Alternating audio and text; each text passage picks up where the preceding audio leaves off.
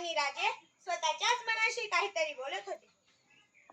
जगदंब जगदंब, आता या सिद्धीला धडा शिकवायलाच हवा तेवढा शिवा आता बोलावलं राजे की हो शिवा, तू आमच्या सारखाच दिसतोस असा आम्ही फार ऐकला होता.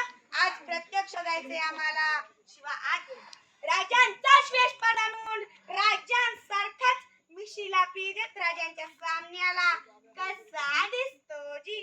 आणि बघत राहिले राजे. अरे शिवा, अशात आमचाच रुपायल्याचा भास होतो शिवा. म्हणजे राज किंवा सिद्धी बी मला ओळखणार नाही. आणि स्तब्ध झाले राजे. अरे शिवा, तुला कसं कळलं की आम्ही तुला आमचं रूप घेऊन सिद्धीच्या भेटीला पाठवणार होते? इतके दिवस तुमच्या सोबत राहिलो ते काही कमी आहे काय? आणि राजांनी शिवाला कडकडून मिठी मारली. कारण राजांना माहिती होतं की शिवाची पुन्हा भेट नाही. राजांनी सिद्धीला निरोप पाठवला. हम तो करने के लिए तैयार है. अब आया दख्खन का चूहा हमारी मुट्ठी में. शिवा शरणेला त्या वाटेने बेसावत झाले. राजांनी हाच संधीचा फायदा घेतला. ठरल्याप्रमाणे 2 पालख्या तयार केल्या. एका पालखीत स्वतः राजे बसले आणि दुसऱ्या पालखीत बसला शिवा काशीद. एक पालखी आडवाटेने विशाळगडाकडे जाणार होती तर दुसरी पालखी सिद्धीच्या भेटीला. शिवा पालखीतून खाली उतरला.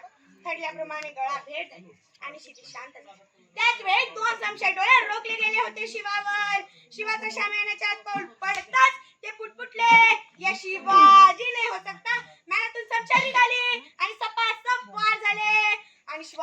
आणि सिद्धीने विचारले, क्या तू है शिवाजी? तर शिवा म्हणाला, अरे हो, मीच आहे शिवाजी. त्याच वेळी दुसरा वार, तिसरा वार वारांची पौचार झाली.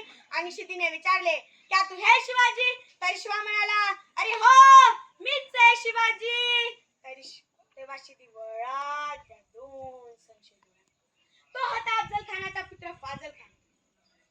सिद्धीने विचारले, तुम कैसे कह सकते हो कि ये शिवाजी नहीं है? हुजूर, मैंने देखा है अब्बा जान के कत्ल के बाद कृष्णाजी भास्कर के शमशेर का वार शिवा के सिर पे हुआ था.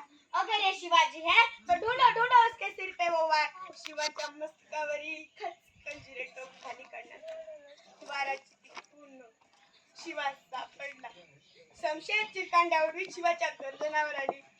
आणि सिद्धीने विचारले, मरने से पहले आखिरी बार पूछ रहा हूँ, क्या तू है शिवाजी?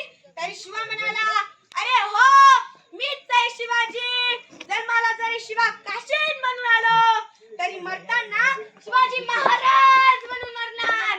हे भाग्य काय कमी आहे काय? आणि कोसळला शिवा. त्याचे डोळे लवले, ओठ हलले, उडणाऱ्या मातीला सांगत राहिला, जाऊन सांग माझ्या राजाला.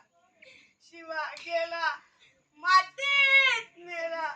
पण नुसता मातीत नाही मेला राजा, मातीत